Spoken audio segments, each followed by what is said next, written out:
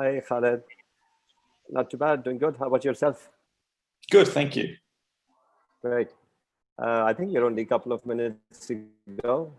How's everybody? Vlad, how's the things in Europe? Vlad disappeared. Vlad, hi. We have increasing number of diseases, but otherwise everything's all right. People don't care anymore. Wow. And it's localized, you know. They don't try to contain a number of cases away from the retired houses and these places, so it's not that bad. Okay. What about you, Moody? How is the situation in Kenya? Here, it's steadily increasing as well. Our hospitals are getting a bit under pressure. We're not overwhelmed, but yeah, they're getting under pressure now. Let's just hope we kind of peak and plateau. But yeah, not as bad as some of the places where things have gone wild, but now getting serious at our place. And mortality, is it reasonable? Yeah. Not. I mean, worrisome that we're not obviously testing as hugely as everyone else, but yeah, I mean, we're trying our best, and not huge numbers, but every day the number is increasing by about 500 increasing. Mortality is increasing as well. So, but not huge numbers. So all the best. And you guys are taking precautions, or people are not bothered? Are the people? No. I mean, it's a mixed bag. Yeah, everyone's now wearing a mask, and there's curfew. But you go around in some of the areas, people are wearing the masks under their chin and things like that. So a bit disconcerting. But the government's trying its best, really. I will have to say, they really are giving it their best shot. How about the brain surgeries? Are you doing the elective surgical operations, neurosurgical operations?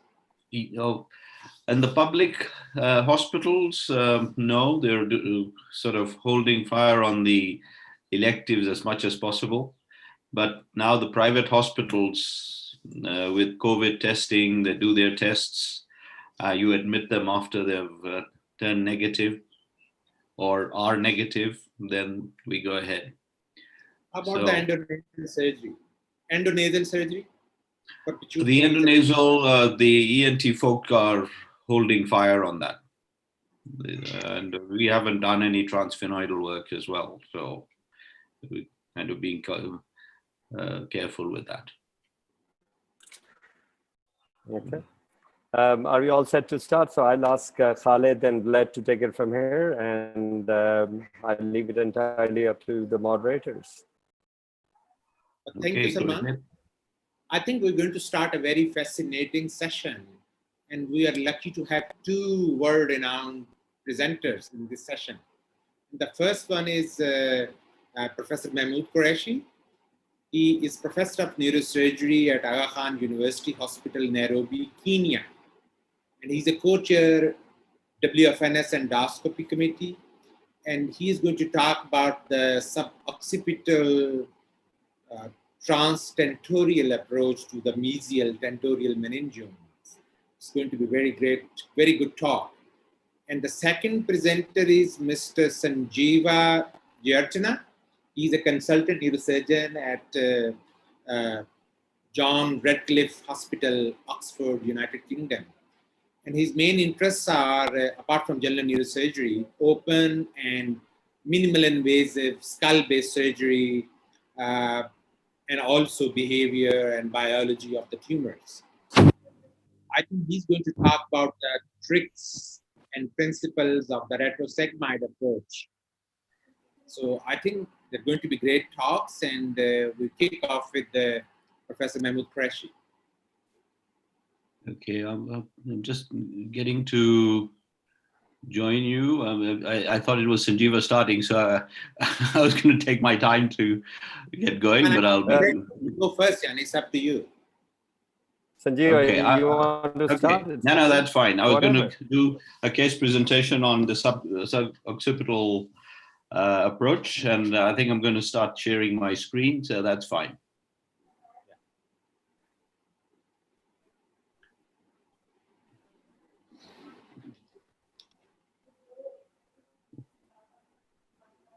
We've got 62 participants at the moment. Hi.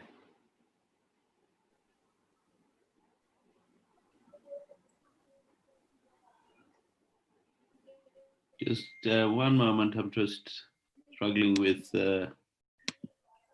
yeah, where is the Zoom? I didn't have Keynote on my laptop, so I'm using Amir's. There we go.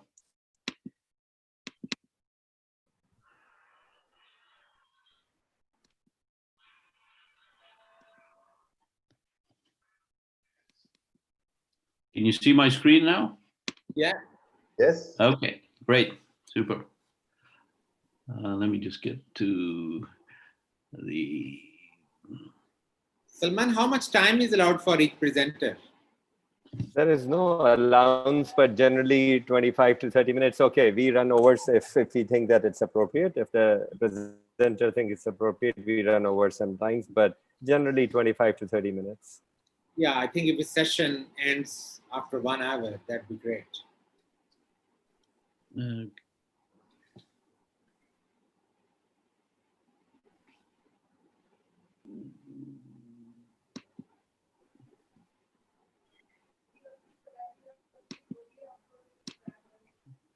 trying to get the screen sorted. You can see my screen, right? Yes. Yeah, just play it on the top, Lori. Slightly to the right and left. Slightly to the left. Yeah. Yeah, that's great. That's it. I can't see my screen though. Okay. No, probably nothing there now. Yeah, there's nothing on my screen. Yeah. You can go Now to the you next. see. I think you need to go up. Yeah, start with the first one. Yeah. Moody, where it says play on the top, you just play that. Yeah.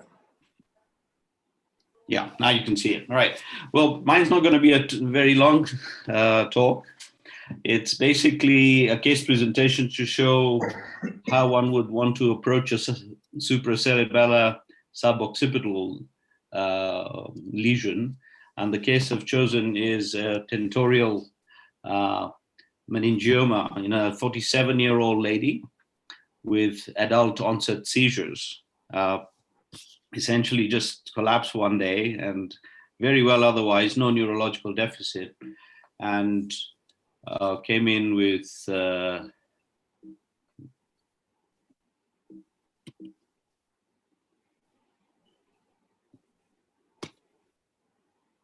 sorry, yeah, 47-year-old lady with adult onset seizures. Went for a scan and that showed this tentorial meningioma. I don't know why it's not progressing. Sorry. Problem of using somebody else's computer.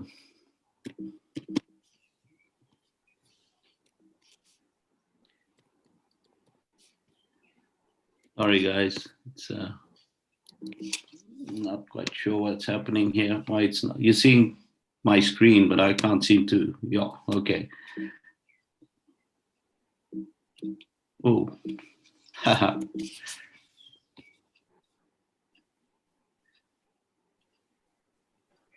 Sorry, guys. This is using Amir's. No, wait.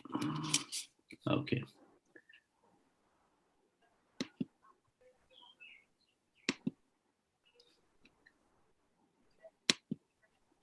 So yeah, so we did this MRI and essentially showed this lesion, and the question was how best to approach it. And my presentation is basically going to show you why we chose the supracerebellar infratentorial approach. I'll try that again with play slide and hope that it runs. It doesn't seem to want to run.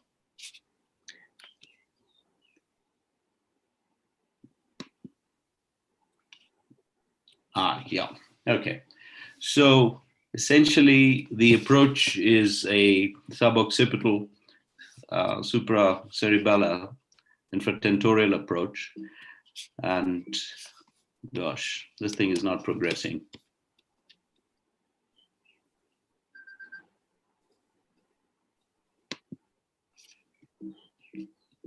I'm sorry, guys. I don't know why this thing is not progressing.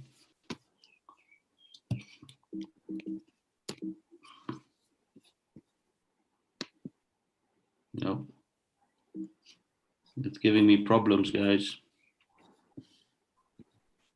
Moody, do you want to take your time and we'll get Sanjeeva and then you can just Yeah, go I through would and make sure appreciate that that you're okay because and then come back? it's been done on Keynote and I using Amir's laptop and it doesn't seem to want to progress.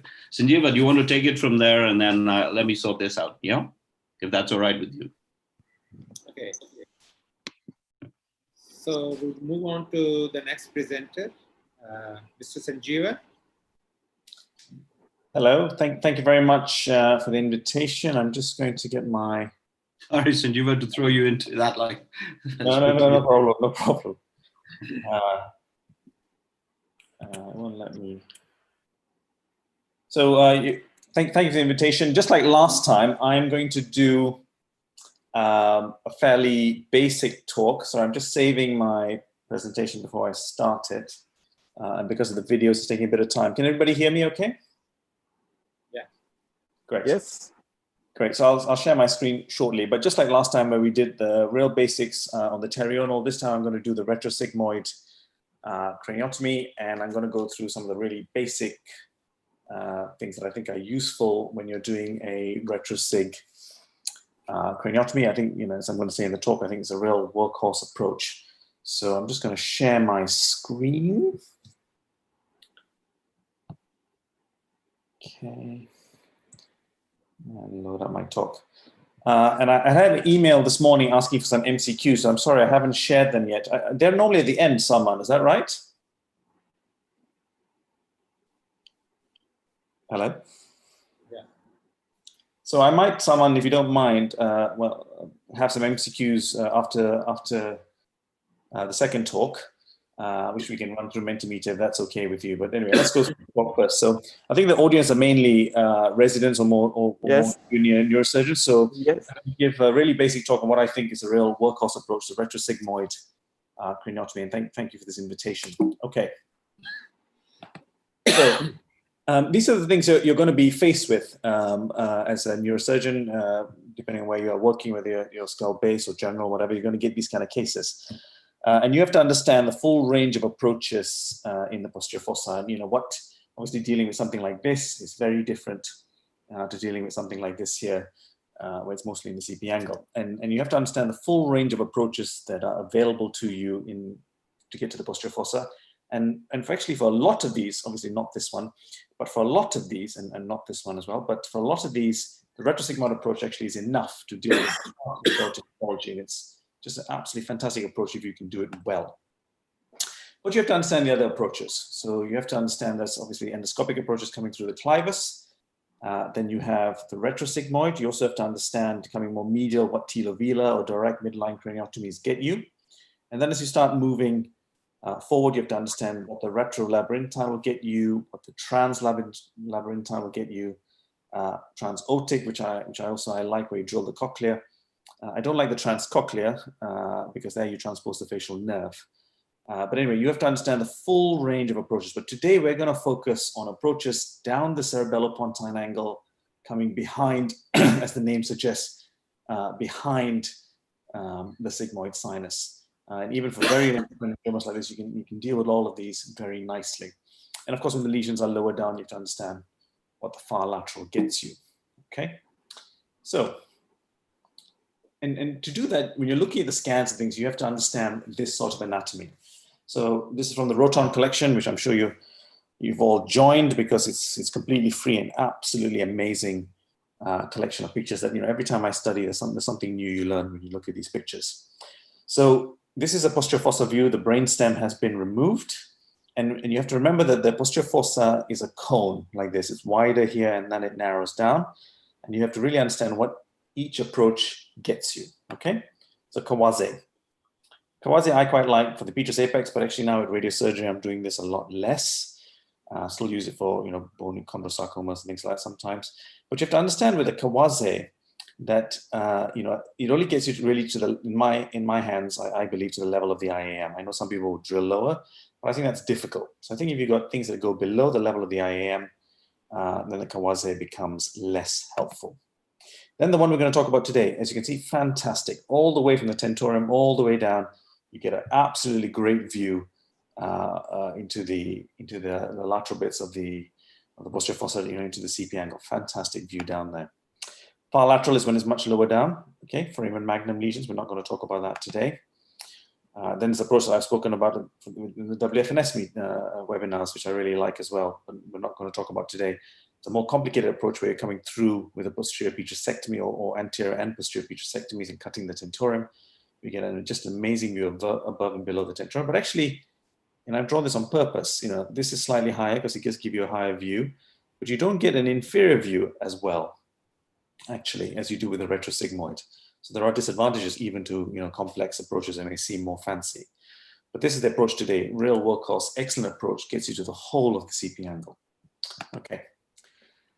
Just another very nice picture from Roton, just to explain the same concepts. Again, these are some of the things we're going to look at and talk about. You have to understand this is obviously a pre-sigmoid approach, getting you into the CP angle, what that does, how that can minimize some of the cerebellar retraction. Ironically, a retractor has been placed. But you have to understand the anatomy, this is the superior petrozole vein. You have to understand labe, descending facial nerve, the labyrinth, what you have to either sacrifice or not sacrifice to get through. But this is essentially the sort of views we're trying to get. We'll look at a bit more Roton anatomy pictures later. But this is a pre-sigmoid approach. We're going to look at a retrosigmoid, but you have to understand all of this when you cut the tentorium, when you don't have to cut the tentorium, when you have to drill the bone here. So today is going to be none of those fancy things, just coming retrosigmoid, okay? An approach everybody can do. Okay, so these are just some of the things that you can use the retrosigmoid approach for. I'm sure if you're given enough time, you can think of even more things you can use it for, but these are things that I would use it for. So everything from all the cranial nerve compression syndromes are nice operations to do. You don't have a 3 or 4 centimeter tumor sitting there causing swelling and things like that. Also a whole range of operations that you would use it for, including metastasis, which very common indication for using this, and nice for AVMs, brainstem cavanomas. We've used this, obviously certain aneurysms, and sometimes even for the tentorial notch. Okay, and as I said before, you have to understand when you would combine this with all of these things here that we talked about, but that's not for today. But you have to understand. Once you get good with these approaches, you don't have to use just one, you can combine them. That's just that same picture again, just to reinforce this is the bit we're going to talk about. All right, so these are some of the things we're going to try and cover today. And I think, there are levels to these operations. You feel you understand this, then you watch a video from Professor Bennis, and then you realize you don't really understand it. He seems to know a lot more, for example. So you have to understand there are levels. So for each of these things, for positioning, the craniotomy, draining down the cisterns, you can always get better. And that's important. You always have to be trying to get better. But these are the sort of principles we're going to talk about. How should you position well? Doing a good craniotomy, draining cisterns, being able to dissect, understanding the difference between sharp or blunt dissection, when it's important, when you use different techniques. Getting tumor volume down either by cyst decompression or using an ultrasonic aspirator or suction or whatever you want to use. And you just cannot do tumors anywhere in the skull base unless you understand arachnoidal dissection. That is key. And if you're doing vestibular schwannomas and things, there's a few important things. You got to usually I would cut 8. Those sort of tumors are big. We're not preserving hearing. You got to pick up 7 and make sure you've decompressed. Brainstem cranial nerves, we normally leave a small amount of tumor on the 7th nerve to protect it, usually at the porus. Okay, so let's start positioning. Now, this is actually the positioning for a far lateral rather than a retrosigmoid, but it's a picture that highlights a few important points. So the first thing I want to talk about, and this is far lateral positioning, but people talk a lot about turning the head like this. I think it depends what you're doing your craniotomy for, and you have to really understand that you don't have to do the same thing in every single operation. Okay, so I'll come back to this picture. I'm just going to go to the picture, the next picture.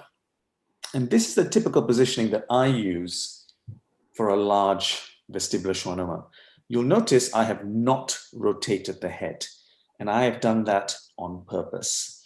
So the typical things that people talk about when they talk about positioning for a CP angle approach like a retrosigmoid, they will talk about turning the head this way, a lateral flexion down to the floor. This position has a very short neck.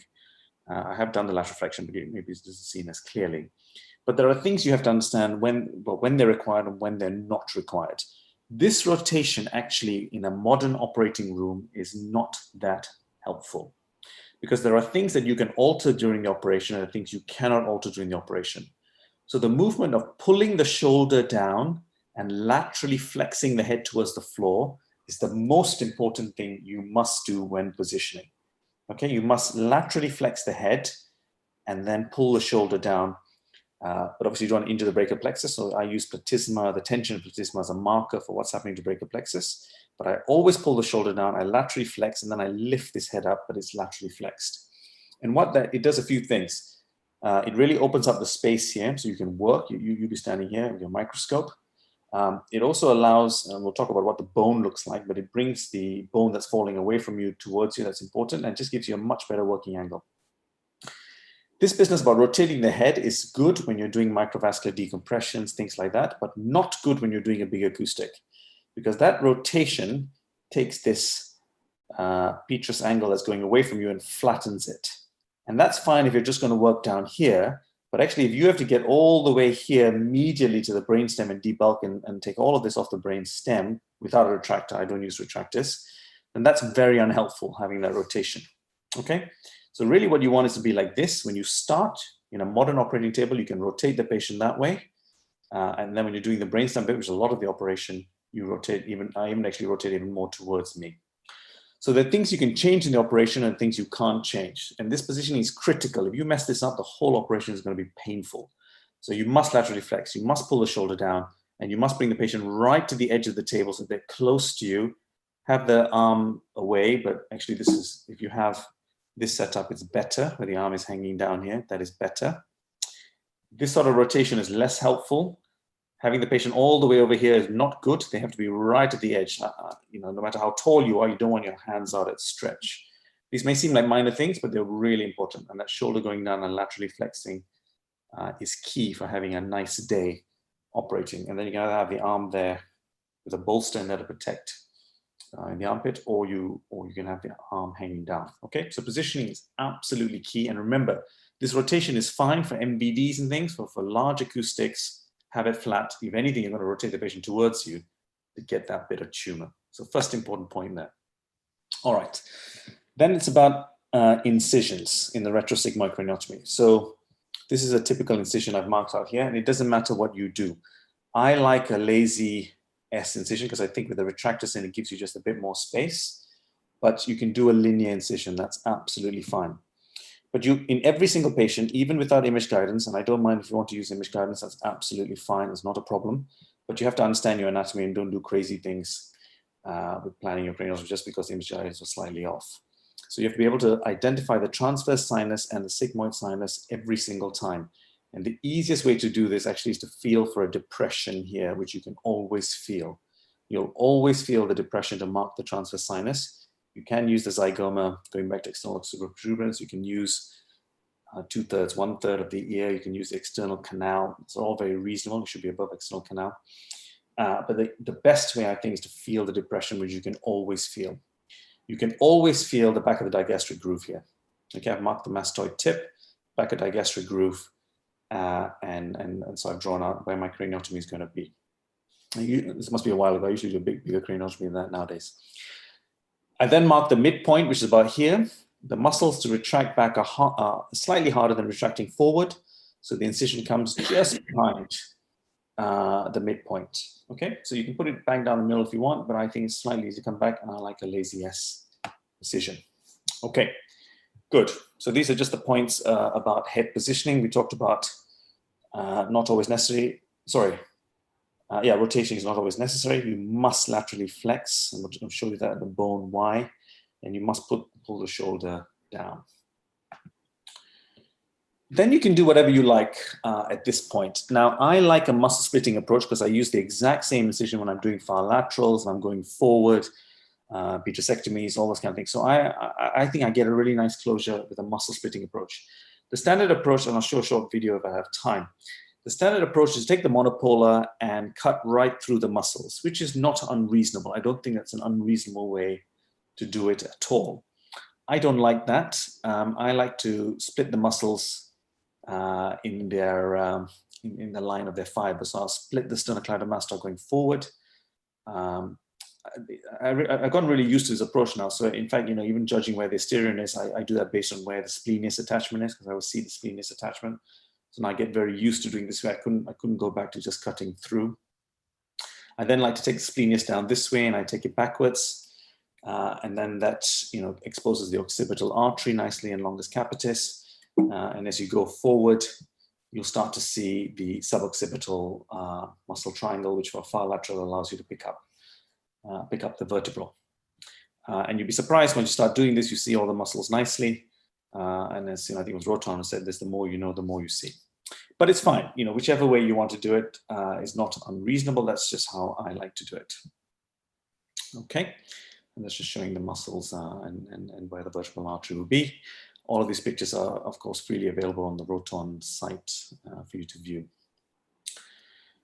Then there's a key bit of bony anatomy you have to understand. You have to understand the asterion and how it, you know, it's the lambdoid, the occipitomastoid and parietomastoid sutures coming together, and it is sort of below and lateral, well, sorry, medial to where the transverse sigmoid junction is.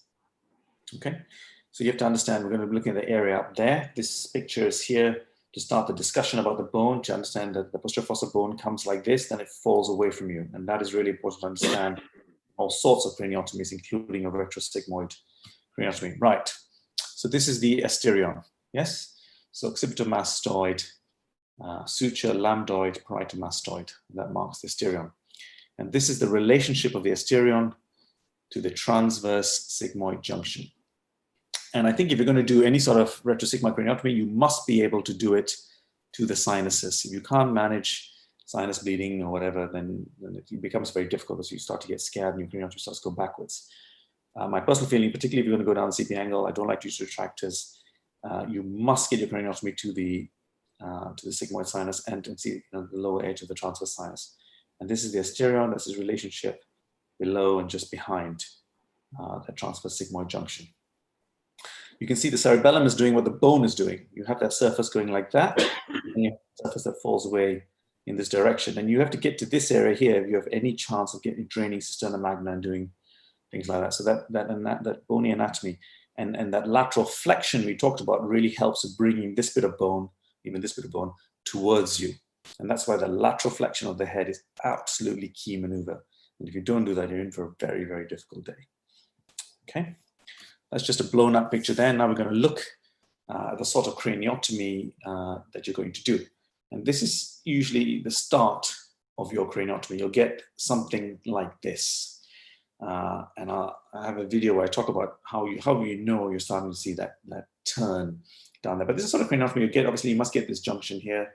You're getting all the way there. You're going to expose a bit of this sigmoid, a bit of the transverse.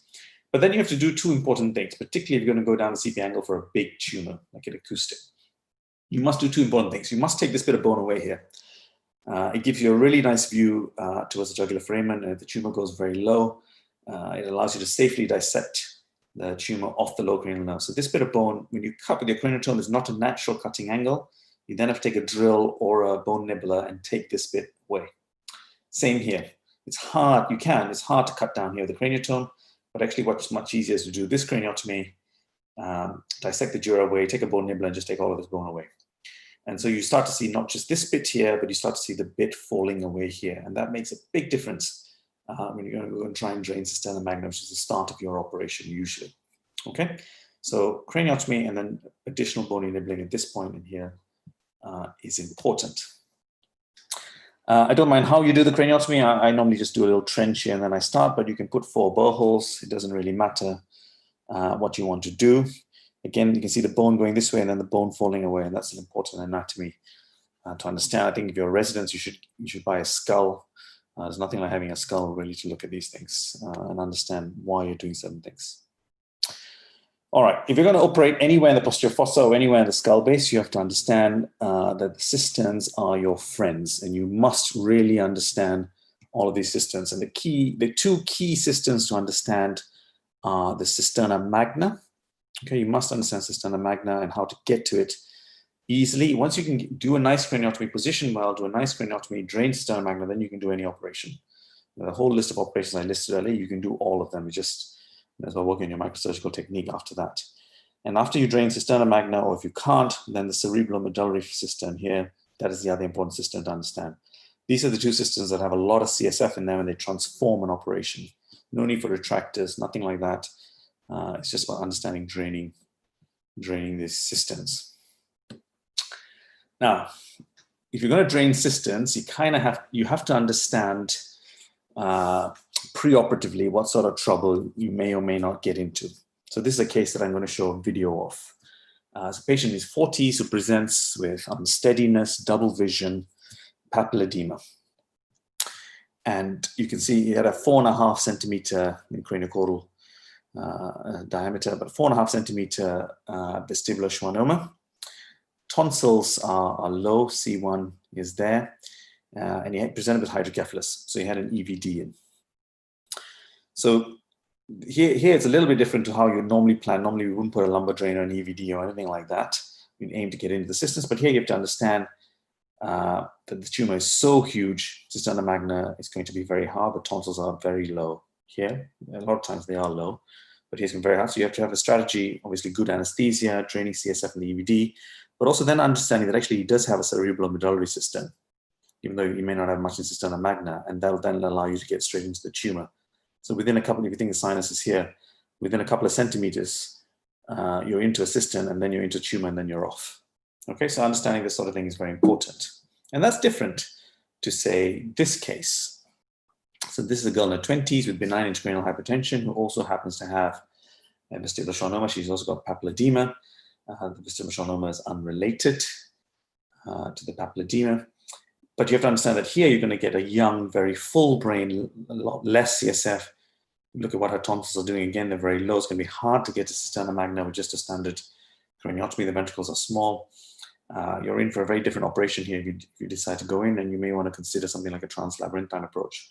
Potentially, I'd still favor the retrosig because of the long axis of the tumor, but these are things you have to think about when you're planning the operation. You contrast this with this patient where you'd have so much space. Once you start draining the cisterns, it'd be a very relatively straightforward procedure to do. So that's the point about understanding the cisterns and draining it. Then you have to understand the anatomy. So you're going to get in there. You're going to have a tumor. There's obviously a right side of view here. You got the tentorium. You start to understand roughly where the blood vessels are going to be. You have to understand these tumors. They can be very distorted, and you have to really study the MRI scans to work out where you're going to be. This is obviously a vestibular schwannoma. 7 and 8 are very tightly applied to it, and where the lower cranial nerves and things are going to be. So we'll just go through a little bit of that anatomy before we look at an operative video. Salman, am I doing okay for time, or should I? You're fine. Fine, great. So again, from the rotaron collection, anterior view of the brainstem, you got the pons, you got the medulla. Some key bits to understand. You have to understand that 5 is a lot deeper than for 7, 8 because of the way it comes out laterally. You see 7, 8 first, then you'll see 5. And understanding the flocculus and choroid plexus and how the root entry zones of 7 and 8, medial and above them, there is an important anatomy in terms of picking these nerves up and where the low cranial nerves are. Okay, so anyway, you got pons, medulla, and then we're going to start to put in some of the other things you're going to see. So now we're putting the blood vessels in, and obviously the key vessels to understand really is the ICA. Obviously, you should know about the pica as well, and superior cerebral artery. Superior cerebral artery usually is above 5. There's trigeminal there. There's 7, 8 here. Got flocculus and choreplexus here. You've got 11, the only one that's coming up vertically in the posterior fossa of the lower cranial nerves. ICA and its relationship to 7 and 8. And obviously, this is the superior petrosal vein, which I think in most operations you should preserve. I very rarely take the superior petrosal vein. I definitely wouldn't take it in a vestibular schwannoma operation because it's usually pushed upwards. Anyway, that's fairly straightforward anatomy, but this is just zoomed in anatomy again, showing the relationship of flocculus and choreplexus to 7 and 8, which I think is quite important to understand if you're trying to pick up the 7th nerve. This picture we saw earlier, just showing you again about the nerves coming up and how you pick up things like 7 and 8 early on because they're quite lateral, except in vestibular schwannomas. Okay, zoomed in view now, just to understand as you get in again. This is superior petrosal vein. You can see how this is, just to orientate people, this is the left-hand side going down the CP angle. You have the trigeminal nerve. This will be 8, 7 will be anterior to it. We're looking from the back, obviously. You have ICA here, labyrinthine branch, which normally you want to preserve because of its role in hearing. You can have arcuate branches, which you can take. And then you have the SCA up top. Lower cranial nerves here. So you've got 9, you've got 10, and then you've got 11 coming up, which is the only vertical one. So another one you usually pick up quite early when you're draining this system. Another view here just to show that the superior petrosal vein can be very complex. Here it is draining superior petrosal sinus. This is 5. This is the 4th cranial nerve entering the tentorium. Usually see it on the tentorium in a retrosigmoid approach. But you can see they can be quite complex, the drainage of the superior petrosal vein. So I almost never take it. Not just because of what it's draining the cerebellum, but everything else. You should get used to looking at lots of different views. You understand what's going on. This is an endoscopic view. We're not really going to look at videos of that today, but you have to understand the endoscopic view, the superior petrosal vein, the trigeminal nerve, the 6th nerve, and 7, 8 looking anteriorly where the clivus has been drilled away here. Lower cranial nerves down here. So spend a lot of time building that 3D picture in your head and using things like the Roton collection is great. All right, I don't know how much time we have, but this is just to show the muscle splitting approach. So I'm using a lazy S incision. I'm just going to skip forward just to get to the main points. So you get down into bone at the top. You're going to cut sternocleidomastoid here. Okay, so I'm just going to skip forward. So we're cutting. I'm going to go through sternocleidomastoid here. Sternocleidomastoid, just like in the neck, has very nice fascia on either side of it, exactly like when you do an ACD. Same thing, it's very nice fascia on either side of it. This is inferior, this is anterior. This is the splenius muscle, okay? Asteron is going to be here. This is the splenius muscle. Digastric groove is down here. So we're going to take splenius backwards. If you do EC-IC bypasses, you wouldn't do this with monopolar, you do this with scissors because you want to pick up the occipital artery, which is a very nice artery for bypasses. So we're going to do a bypass, I do the same thing. I was going to do a far lateral, I do the same thing. Doing a retrosegmoid, I do the same thing. I'm going to take splenius backwards, okay? So there we go, nice plane on the splenius, occipital artery is there. Splenius is peeling back nicely. For a retrosegmoid, I then take the rest of the bulk. This is just to show the occipital artery coming forward. If you wanted to do a bypass, nice big vessel, very nice. Unfortunately, in this case, I'm going to take the vessel. Then the suboccipital group, you can then dissect further, but here we don't need to in a retrosig approach. We're just going to take it down in one bulk so I can put a retractor in more easily. So splenius is come backwards. I find I get a very nice closure. I can pull the splenius nice and high over my craniotomy. Right, I want to talk about this bit of fat here. This bit of fat is really important. Remember when I talked about the terional, I talked about the fat near the inferior orbital fissure and how you have to stop because the branches are coming up to feet temporalis. Same thing here. When you start to see that fat, you're now getting closer. The vertebra is going to be down there. But once you see that fat, you can stop because you have the suboccipital surface, and then you can have the second surface falling away from you. So now you have enough exposure. Okay, can you see you have the surface here, you have the second bit falling away from you, you have a bit of fat, and now you can stop. Put your retractors in And obviously, you know, you move on. We'll move on to start doing the craniotomy in a minute. Okay, so I'm going to move on to the next. So this is a case I talked about earlier. So we're just going to look at that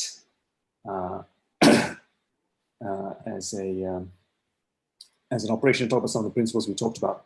So just to orientate you, we're going to open cisterna magna. Okay, so this is a right-sided approach. Sigmoid sinus is here. Transverse sinus is here. We're going to start by looking at cisterna magna. As I told you, we weren't expecting to find a lot of CSF there, but we'll do that anyway. We've done a craniotomy to the sinuses, a bit of surgical there to stop the bleeding. We've opened this bit here, which is important, and we've nibbled more bone down here.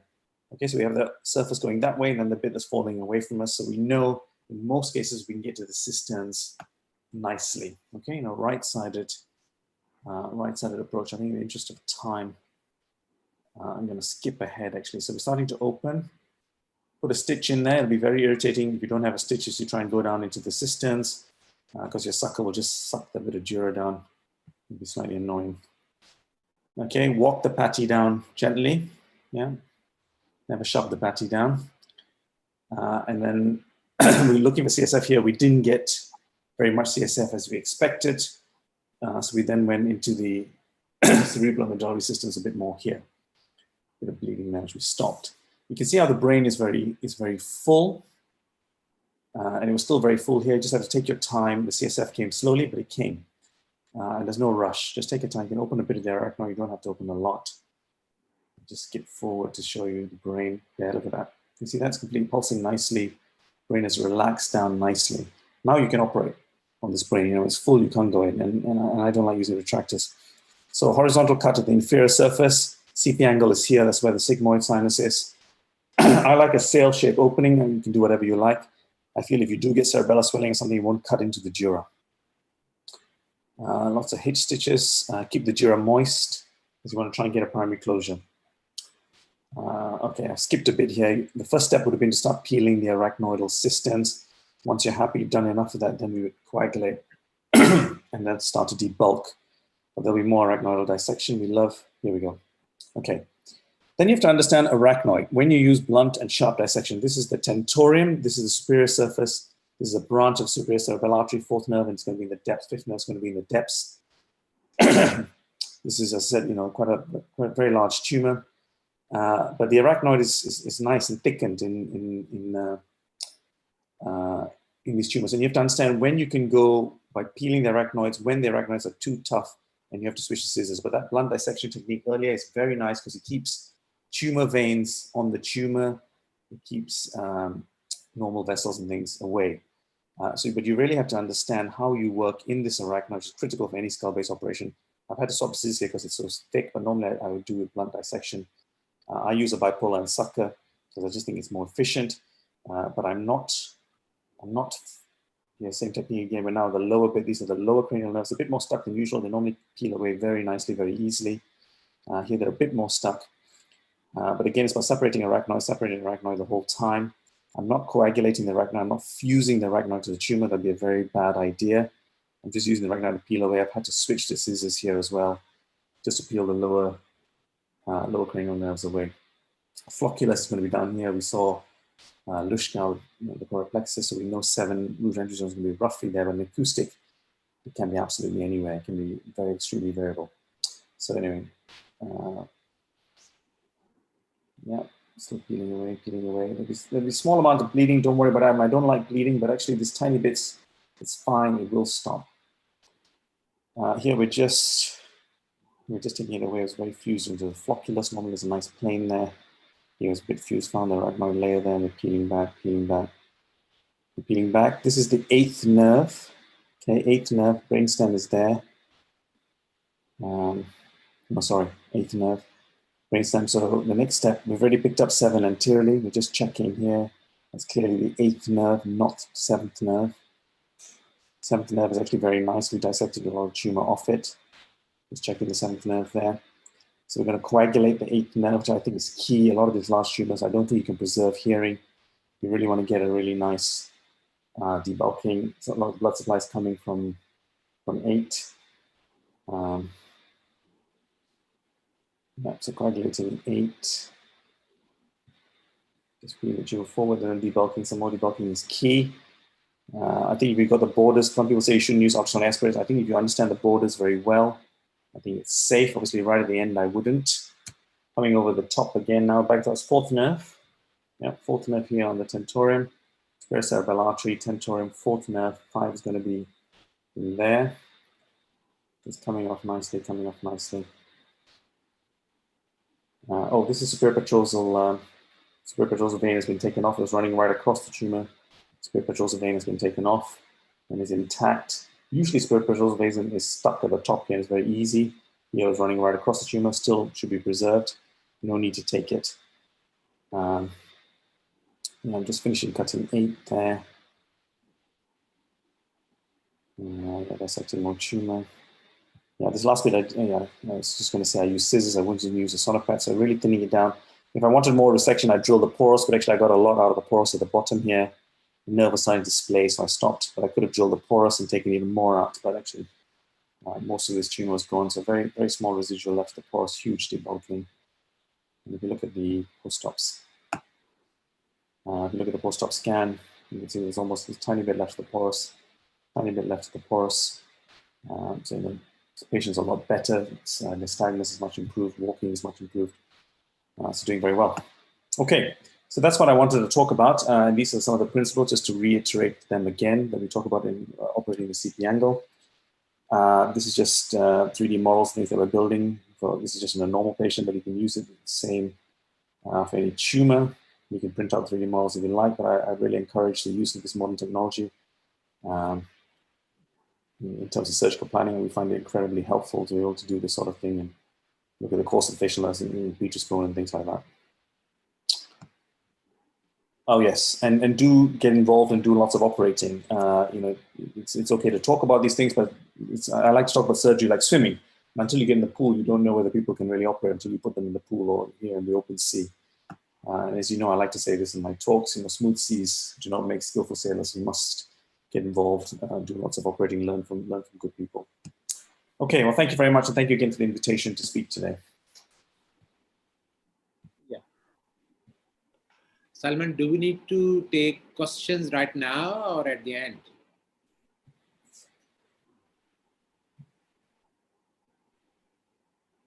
Unmute yourself, Salman. Sorry, Vlad and yourself Vlad, you and Khalid can decide. You want to take questions now or at the end? I think now for 5 minutes, maybe. Okay, great. We agree. Vlad, what are your thoughts, Vlad? What are your thoughts? That was excellent, as always, with Sanjeeva. Sanjeeva, there is a question from the floor. How do you avoid injury to the sigmoid sinus? And once you injure the sigmoid sinus, how do you deal with it? Okay, well, I think those are 2 very important points. If you're going to do skull-base surgery, at some point you will injure, unfortunately, no matter how careful you are. So not to injure is about understanding the anatomical landmarks very carefully. If you're not sure, you can do a craniotomy first and then start drilling safely and dissecting the dura off to find where it is. A lot of people injure the sigmoid because there is an emissary vein, usually, that goes into it, into the sigmoid. And if you don't take that emissary vein early, you essentially get an opening into the sigmoid. So you can drill it out on the bone and just coagulate it. That's the nice way to do it. And takes a bit more time, but looks very cool. You get no bleeding at all, and you get a nice clean dissection of the sigmoid. If you injure the sigmoid sinus, then there's a whole range of options. So maybe just a little bit of packing with Surgicel or Surgicel and Spongistan as a sort of sandwich. You don't want to occlude the sinus, so just enough packing. You want to have a bit of bone around that allows you to pack. You may have to move the table head up or head down. You have to remember, if you go too much head up, there's a risk of air embolus. So you want a nice sweet spot where it's still bleeding, but not bleeding a huge amount. You control it. Small opening, you put a liga clip. If it's a big opening, then you'll have to suture it. So you can suture a patch. So if you think it's small, you can just suture and things. But I think you got to be ready. You have to, we have a lot of residents. Obviously, we'll be doing the craniotomy, so it can happen. But even in experienced hands, in anybody's hands, it can happen. But you got to be ready. So good anesthetist, you have the equipment, lots of wash, Surgicel, sponsor, and stitch, everything ready, just in case. The anesthetist has the table controls. We're very lucky. We have a very good team. Our scrub nurses, anesthetists are very good, so we are ready to deal with it if it happens. Sanjeeva, usually at the midpoint of the sigmoid sinus, there is a single large emissary vein. That's right. Do you go for it actively and pack it or coagulate it, or do you just leave it below the bone? Yeah, so what I like to do is, because I really like to see the sigmoid, because I don't use retractors. So I really like, to see the sigmoid. So what I do is, you can normally tell when you're opening and things, you can normally tell because it sometimes goes into the muscle. So I know it's going to be there. So what I do is I drill it out, basically. I drill on either side of it and expose it. So you drill out the bone on either side. You can then see it going into the sigmoid, and you just coagulate. When it's outside the sigmoid, coagulating, it's very easy. And then it's done, finished. Okay. But you're right, if you just take your craniotome down that way, it's very easy to tear into it. Which people do. Yeah. I've got a question from my side. Can you hear me? Yes, yes. Do you do the meatal drilling yourself, or you involve the ENT surgeon?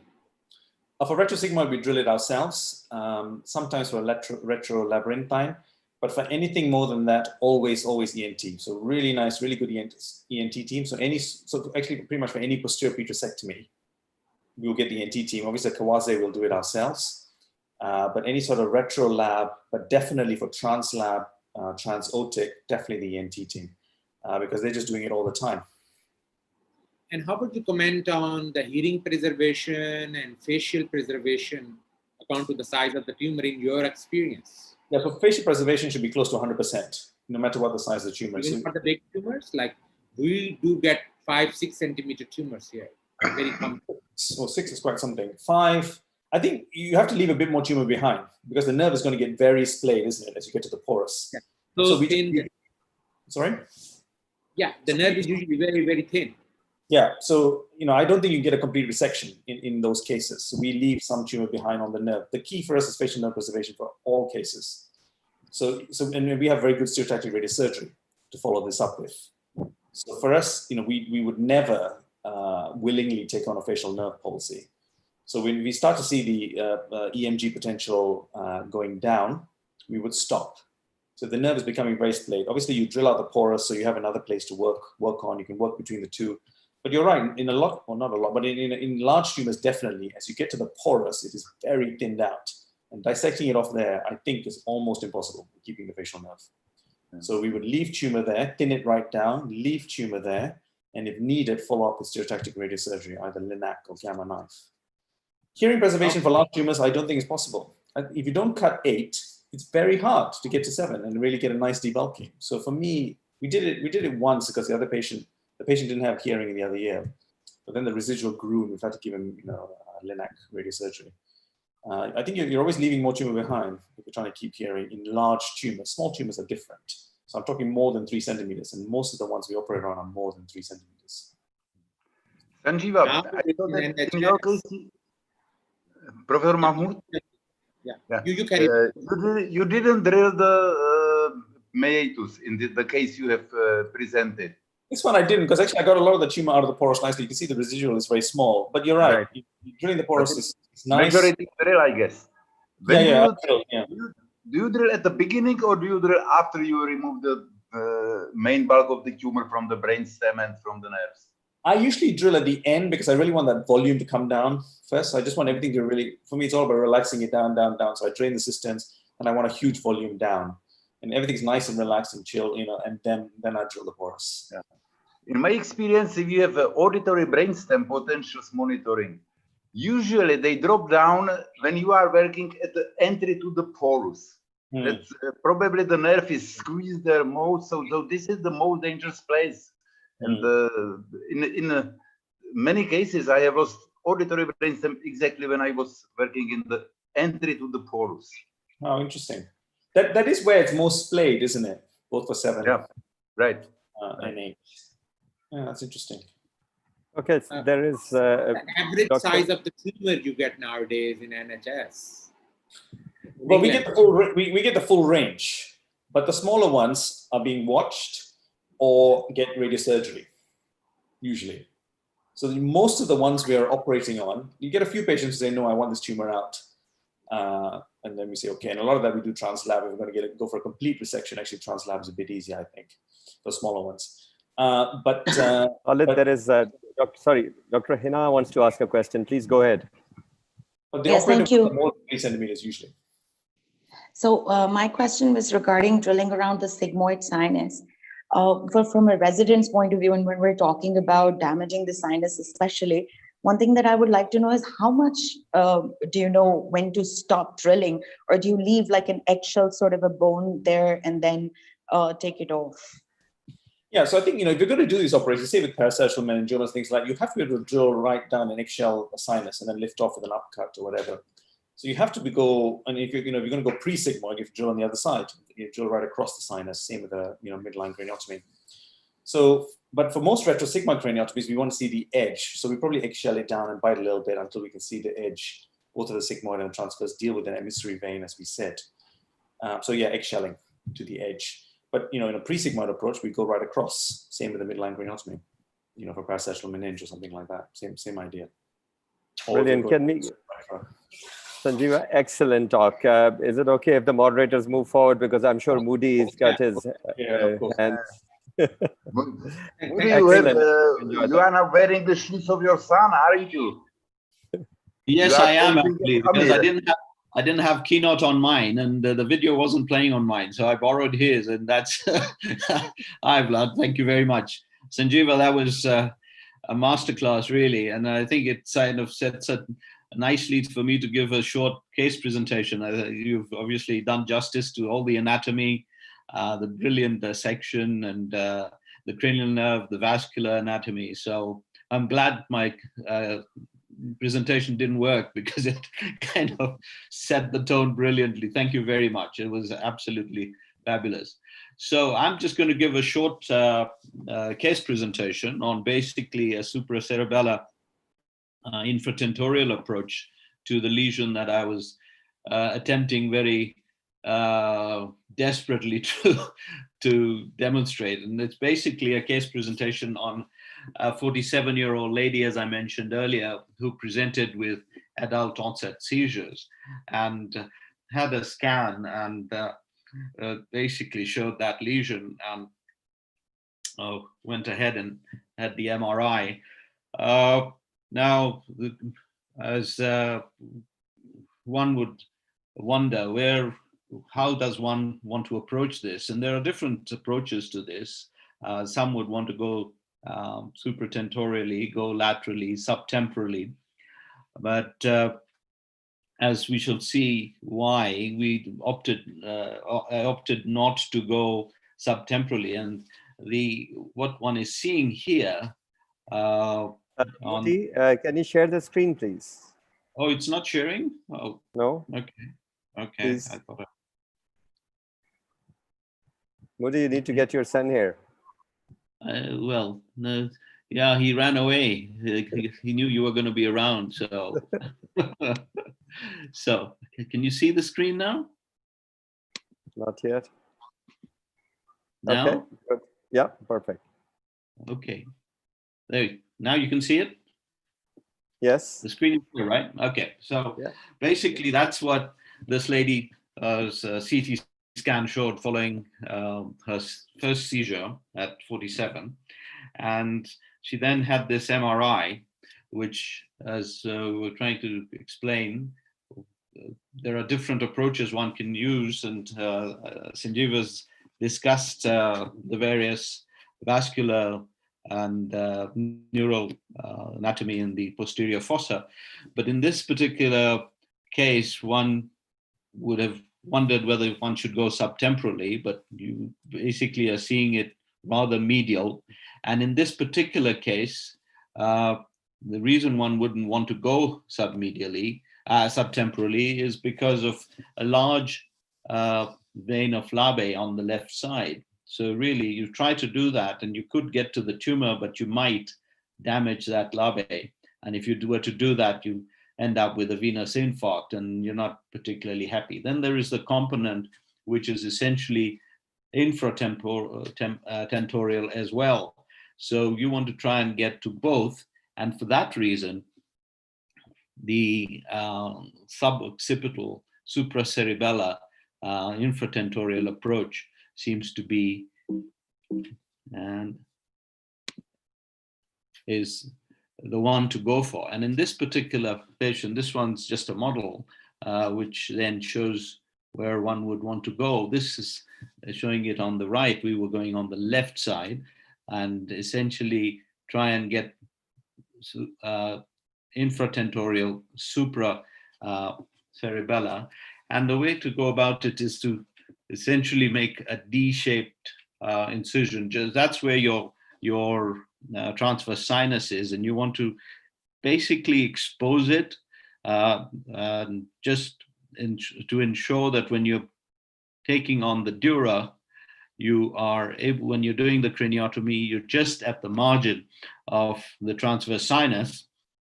And when you open the dura, you can basically retract it across over that transverse sinus. So you're seeing the tent fairly flush if you've got your positioning of the patient right. So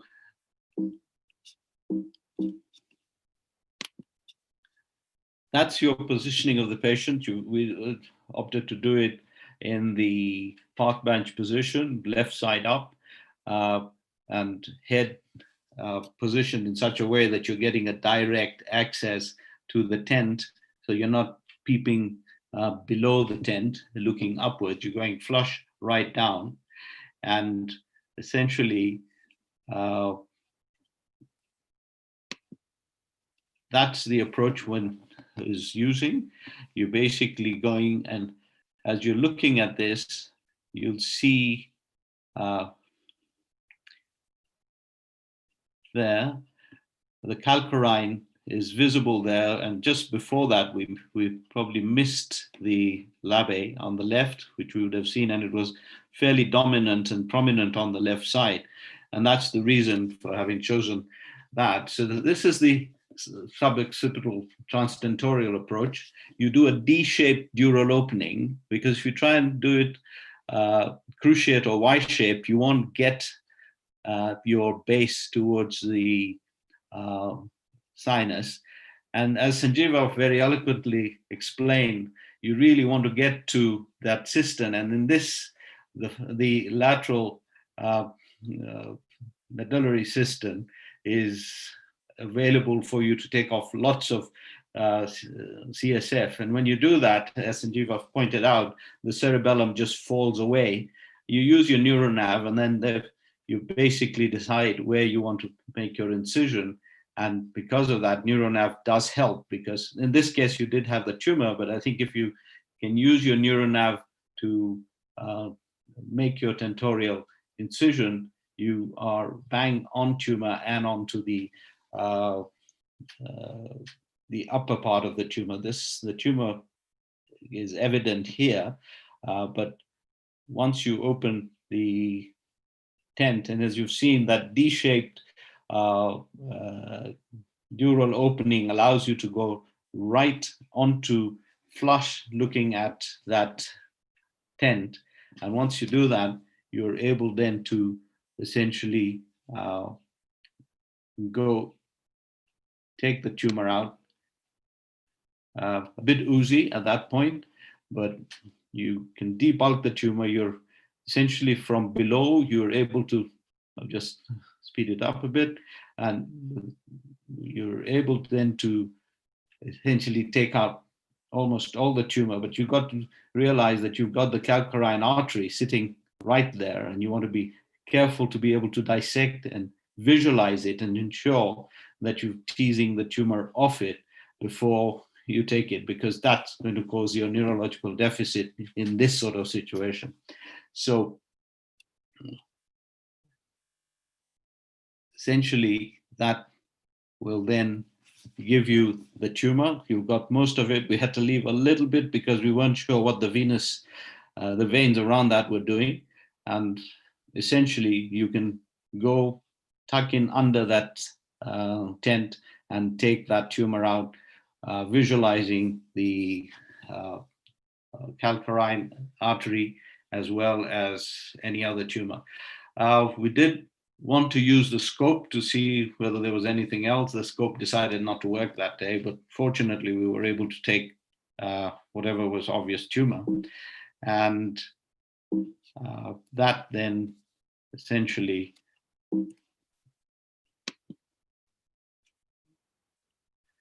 gives you a patient who's pretty much intact, out of the hospital 4th day, and gives you the idea that this is a very valuable approach to have for this kind of tumor. So really nothing more than that I wanted to give in this as a demonstration, as part of the discussion that Sanjeeva was going to talk about the posterior fossa anatomy and the surgeries and the approaches. So this was just a case presentation to kind of piggyback onto his excellent talk to give an idea of how we can approach lesions like this. So Salman, thank you very much for giving me the opportunity to join in with Sanjeeva in this talk, and be happy to have questions. Thank you very much.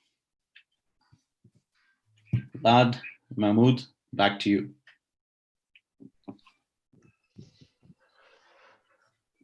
What are the chances of visual field deficit with this approach? With the, come again? Can you hear me? Sorry, ma'am. Yeah, with this yeah. approach, what are the chances of autonomous You're breaking up. I can't hear you.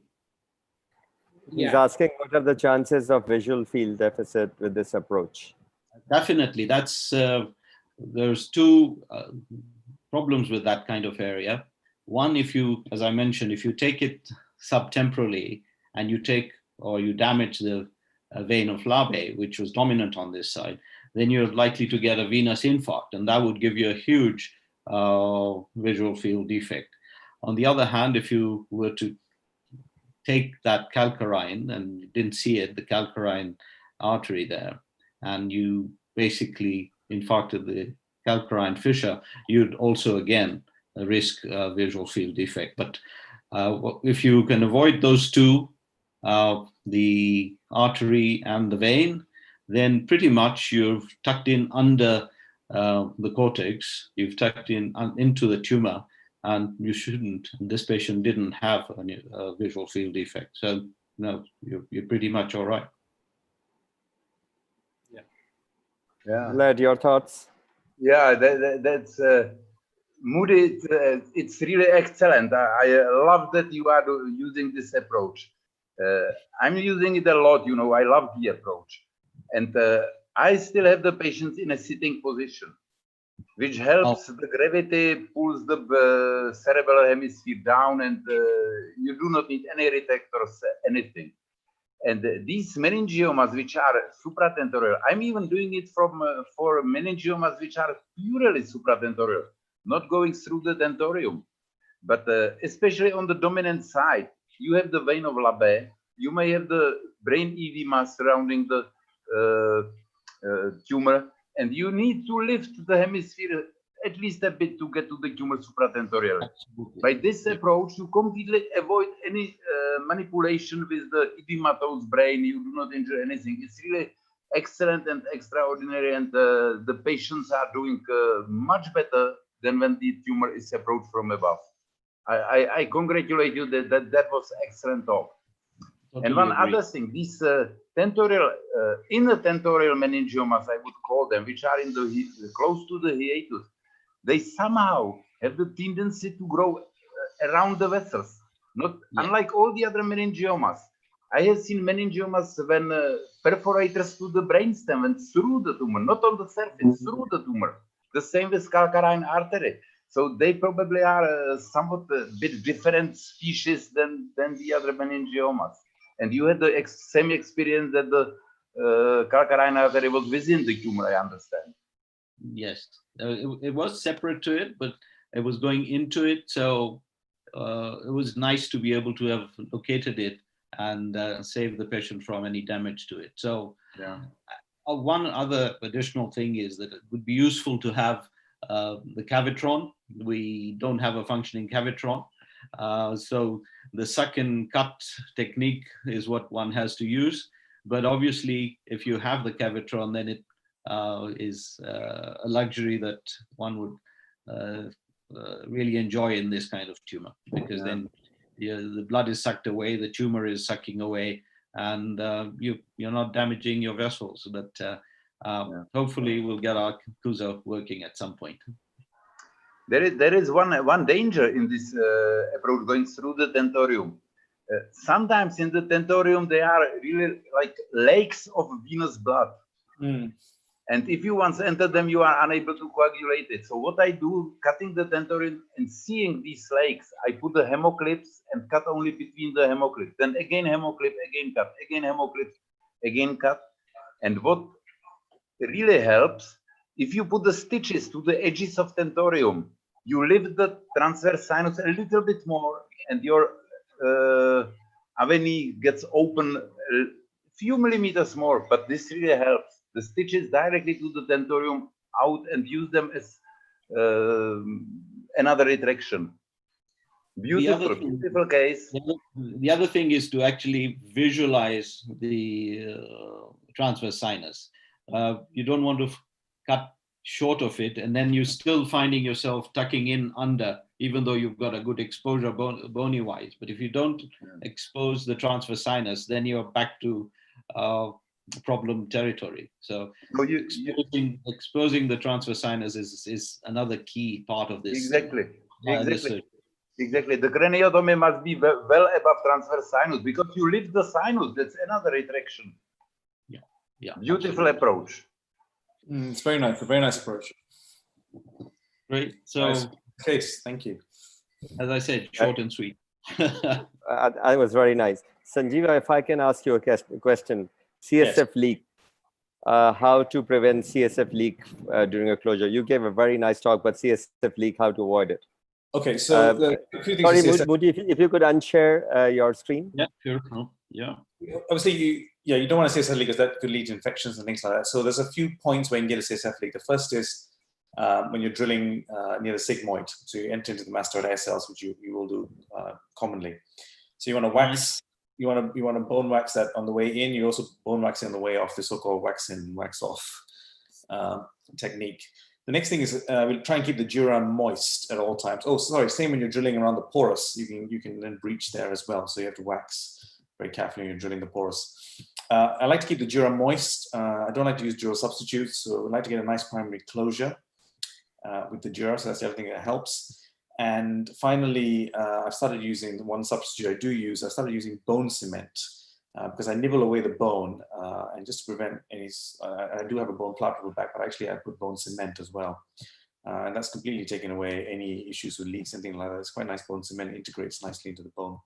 But if you don't have that, that's okay. It's about careful technique. So bone wax, identifying mastoid air cells, or when you're drilling the porous, bone wax all of those areas nicely. Some people use a bit of muscle and tissue or something like that, which is okay too. And a nice dura closure. Keep the dura moist, otherwise you won't get a primary closure. So you got to find a way to keep the dura moist during the procedure. Udi, there are questions to you from the floor. Sure. One from Christopher Anel. Did you take the epicentral cerebral vein, and how did you allow the supratentorial part of the tumor descent? Which vein? Did you take the epicentral cerebral vein, and how did you allow the supratentorial part of the tumor descent? We didn't take any significant vein. We were just right onto the tent. Going through the tent, you were into the tumor infratentorially. And as we did that, we basically entered the supratentorial part of it.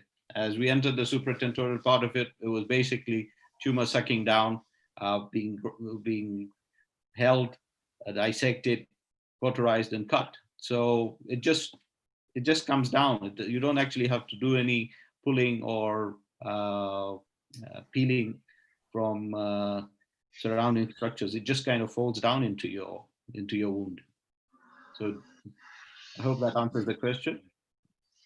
Okay, has everybody filled MCQs? And just raise your hands if you have, so that we can move on. Vlad, you want to ask any more question? Any comment? There is one for probably more for Sanjeeva.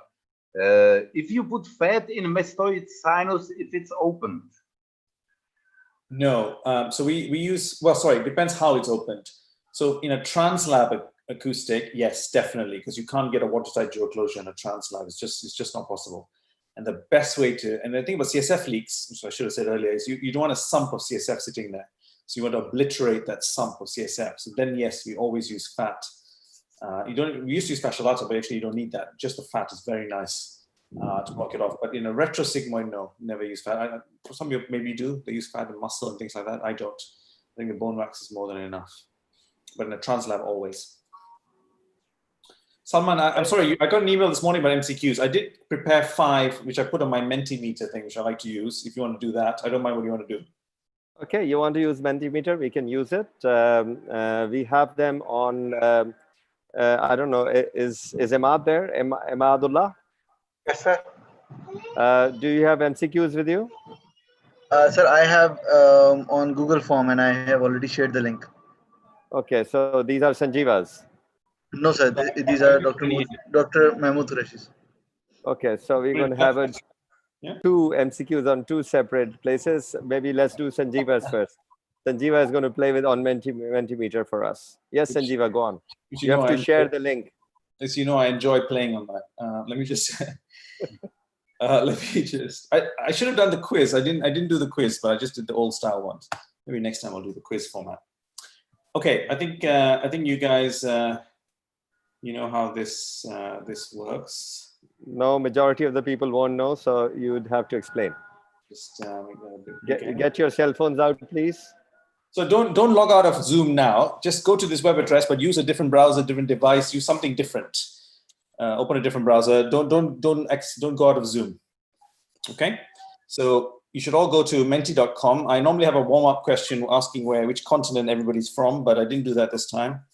So we're going to go straight to the main questions. And I'm going to point to this structure here, okay, which I talked about in my talk. And the question is, this structure is a landmark for the root entry zone of which nerve? So everybody needs to go to menti.com and then type in this code, and then you'll be able to answer the question shortly. Okay, so everybody goes to menti.com, type that code. What's the code again? It's 120563. So I see 3 people have logged on. And you're already You have to give them 5 minutes. Come on, guys, we need more answers there. So I'm going to, that's the next question. Sorry. So I want to know this structure here. What is it a landmark? It's a landmark for the root entry zone of which nerve? This structure here that I'm pointing to. Which of these nerves here? Okay. So is it for the trigeminal nerve, facial nerve, glossopharyngeal, or spinal accessory? So only 12 people. Oh, gotta have a lot more than 16. Excellent. Now it's a bit unfair because actually you can use it for a few nerves, but in relation to the talk you just saw, this structure here is, to be fair, there is a relationship between, this is obviously the flocculus and choroid plexus. And there obviously is a clear relationship between the flocculus and choroid plexus to the lower cranial nerves to 9 and 10. But actually what it is extremely useful for is to pick up 7. Yeah, how you come medial and superior. In vestibular schwannomas that can be incredibly rotated, so the 7 could be absolutely anywhere. But if you're doing a microvascular decompression for 7 or something like that, this sort of approach over the flocculus, it can be very useful. So the correct answer, the correct answer I was looking for actually is the 7th cranial nerve. Okay, but yeah, I don't think it's unreasonable to say some of the other ones. Right. Oh, some of you have jumped ahead. Okay, the next question is, when you're positioning for retrosigmoid cranial, particularly if you have a big tumor in the posterior fossa, and you can put, I don't think, I may have allowed more than one answer, I don't know. Try and see if you can answer more than one. Which is the key maneuver that you should do? So people talk a lot about the rotation to the floor, but as I'm really glad nobody has picked that, because I did hammer away at that point for a long time in the talk. It can be used, but you can rotate the table during it. So you're really right. It is these two, particularly this one, but both of these are really important. Bending the knee is a useful little trick. The bottom knee in the far lateral, sorry, in the lateral position, park bench position, allows you to pivot forward if you have the knee, the bottom knee bent. You want some sort of rest on the back. Okay, so very good. That is correct. Both of those. Right, it is this vessel that I want to know. So now I'm being a little unfair. It's a different view that I did not show in the talk. Okay, it is this vessel here. I want to know what vessel this is. Yeah, this vessel here. We're looking at the right-hand side for the basilar, cerebellum, brainstem. I want to know what this vessel is. Okay, we got a range of answers here. We'll let it get up to 30 and then we'll discuss. So most people have gone for the superior cerebellar artery, but we have a range. We get one more vote, 30, okay. So let's look at this here, all right? So maybe it's easier if we start with the nerves. Trigeminal nerve, big chunky nerve there. Fourth nerve, the very fine fourth nerve we saw in the tentorium. Third nerve. So this vessel is always below the third nerve. This is the cut end of the posterior cerebral artery that will go above the third nerve. So this is the superior cerebellar artery coming out usually above 5. Superior petrosal vein, Ica is here, and Pica is there.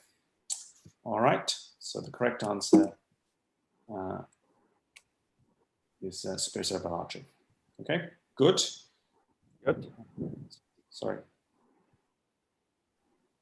Right.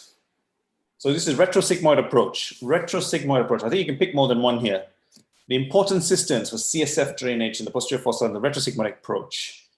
I want to know, what do you think the important cisterns are for tumors in a retrosigmoid approach? Okay, so we'll let it get up to 30 again. Which cisterns do you think are important to drain in? Maybe I should say in the start of a retrosigmoid approach. Maybe I didn't phrase this question well. So you're right, cisterna magna and cerebral medullary are the main ones. Usually, you know, tumor filling this, particularly in the vestibular where they're high CP angle tumors, so they really fill that. It'd be pretty impressive if through a retrosigmoid you get to that early to pre on time, but you're right. Cisterna magna and sort of cerebral medullary cisterns are the ones. Good. I think this may be the last question. I want you to name this blood vessel. This blood vessel here, lateral view on the left-hand side. I want you to name this blood vessel here. Oh, early answers for the labyrinthine artery. Yeah, a couple are going for the Ica. I'll show the picture again. It is this blood vessel here. We'll wait till we get to 30 again.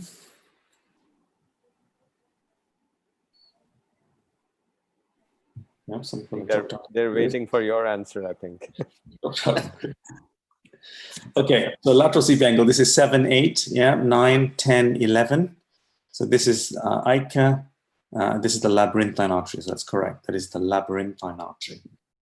Which in a lot of operations you want to protect to keep hearing. Good. All right, I think that was the 5 questions. Brilliant. Imad, can you show us now the questions from Moody? Yes, sir.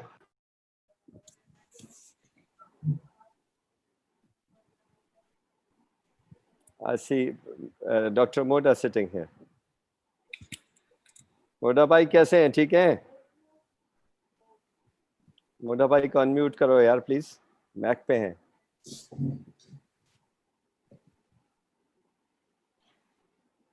Oh, I love a cistern question. That's good.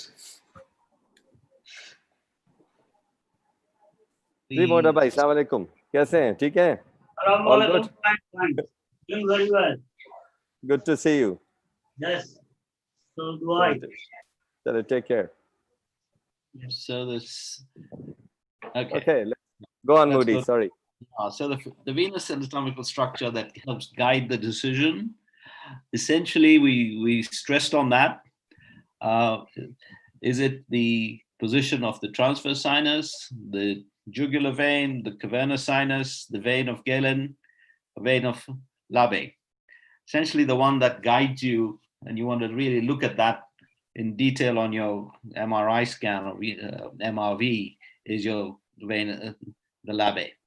Because if you've got a low-lying large labia that's draining into the sinus, then you really want to avoid a subtemporal. So that guides you towards going suboccipitally. Okay, next.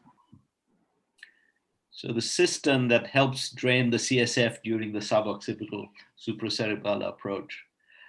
You really don't want to have to drill right down or go down towards the cisterna magna. I mean, if it's there available for you, great, but you want to get to the lateral medullary cistern, and that essentially helps you take off as much CSF. You agree with that, Sanjeeva? Yeah, absolutely, absolutely. Yeah. Okay, next. So the arterial vessel, which may be injured during the suboccipital supracerebellar approach, and depending on how you're operating, you could actually damage all of the above. But the one that we were keen to be looking out for, both on the scan and during surgery, is the calcarine, really, because you shouldn't be going towards the superior cerebellar, the superior cerebral, or the ICA. And essentially, when deciding on the surgery and when you're looking at the imaging, you want to pick out where that calcarine is, because that's fairly medial and you basically want to avoid that. So the one that could get injured is the calcarine if you're not careful.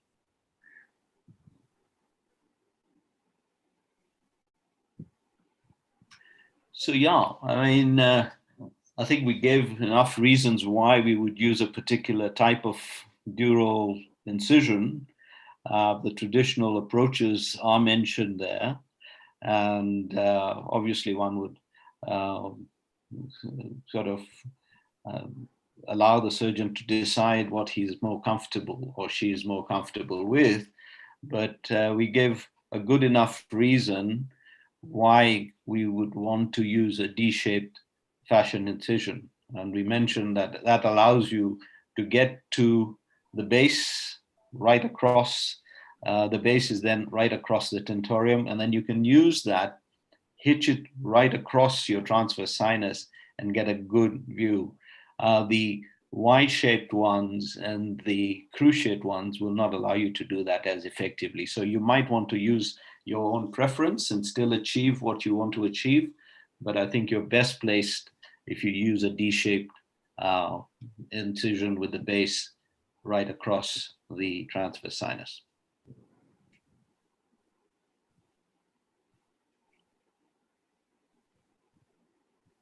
So a recognized complication, and I don't know whether Keki is there, he'll pick it out very quickly. Is it cerebellar seizures? Is it cerebellar mutism? Is it truncal ataxia? Or a venous infarction from a damaged vein of labia? And I think that's what we were trying to emphasize during the discussion, that deciding on your approach, you really want to ensure that you don't cause a venous infarct,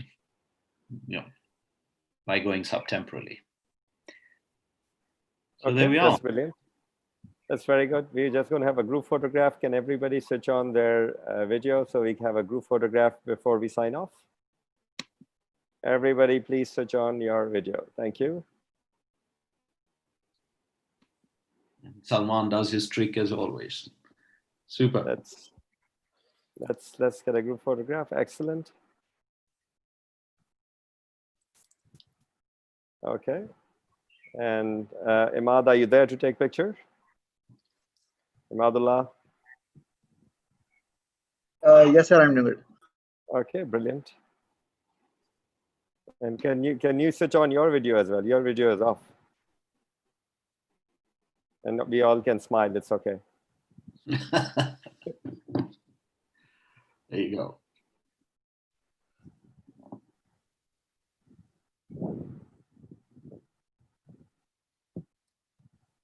Yes, sir, it's done. Thank you. Okay, brilliant. Okay, thank you, everybody. And Khaled, you can wrap up, please. Yeah, well, it was a splendid talk by our world-renowned presenters. I really learned myself a lot from these two talks, and I think we had a really great session, and everybody learned a lot. And I would like to formally thank Sajiva and Mahmood Qureshi for sparing their valuable time, and Vladimir as well. Thanks, everybody. That's all. Thank you. Thank you. Thank you, everyone. Thank you. Thanks, Next we have on Sunday, we have Amjad Shah from Coventry talking about lumbar disc prolapse and clinical anatomy and tricks. And we also have from London, we have Irfan Malik. He's going to be talking about lateral approaches to spine. So you're going to have two great people talking about it. Nicola P. from Belfast. So it's a complete UK scenario on Sunday. So Irfan, so Nicola P. will be moderating the session. So thank you, everybody. And it's a pleasure to have you all. And really learned loads. Sanjeev, excellent talk as well. Moody was brilliant. Thank you, everyone. Thank you very much. Thank you. Thank you, Khaled. Bye-bye.